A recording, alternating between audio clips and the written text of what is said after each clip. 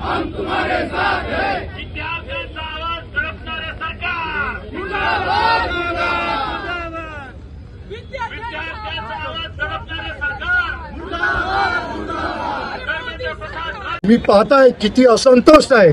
आज या एवढ्या पावसामध्ये सुद्धा विद्यार्थी आणि पालक हे आज सकाळी आमचं ठरलं की आंदोलन करायचं आहे आणि एवढ्या शॉर्ट नोटीस मध्ये हे पालक विद्यार्थी आणि आमचे कार्यकर्ते जमले।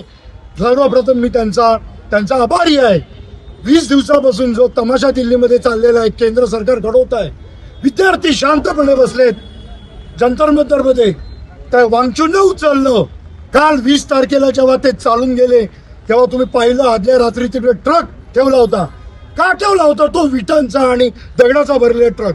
का त्याचं इन्व्हेस्टिगेशन होत नाही? अगोदरच तोडलेल्या गाड्या तिकडे आणून ठेवला होता।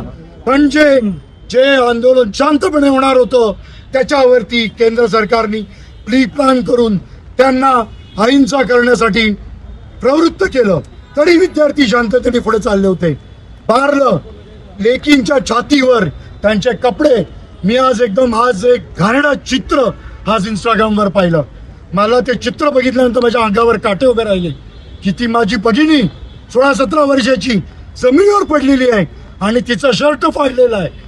किती दुर्दैवी आहे। काँग्रेस सरकार ह्या सगळ्या ह्याच्यासाठी राहुल गांधींनी महिनाभर अगोदरच छात्रों की गूंज म्हणून कार्यक्रम काढला होता। राहुल गांधींना भविष्य कळून चुकलं होतं की असे अन्याय छात्रांच्या विरोधात होणार आणि आम्हाला त्यांची गूंज म्हणून कार्यक्रम करायला सांगितलं होतं।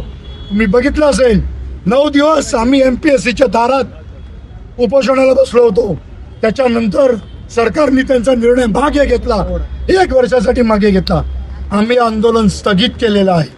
ते आंदोलन MPSC साठी आम्ही लढू। त्याचबरोबर आज जो मुलांवरती अन्याय झाला आहे त्याच्यासाठी सुद्धा आम्ही लढू। आम्ही केंद्र सरकारला विद्यार्थ्यांवरती अन्याय होऊ देणार नाही। जेव्हा अन्याय होईल काँग्रेस पक्ष पुढे असेल। धर्मेंद्र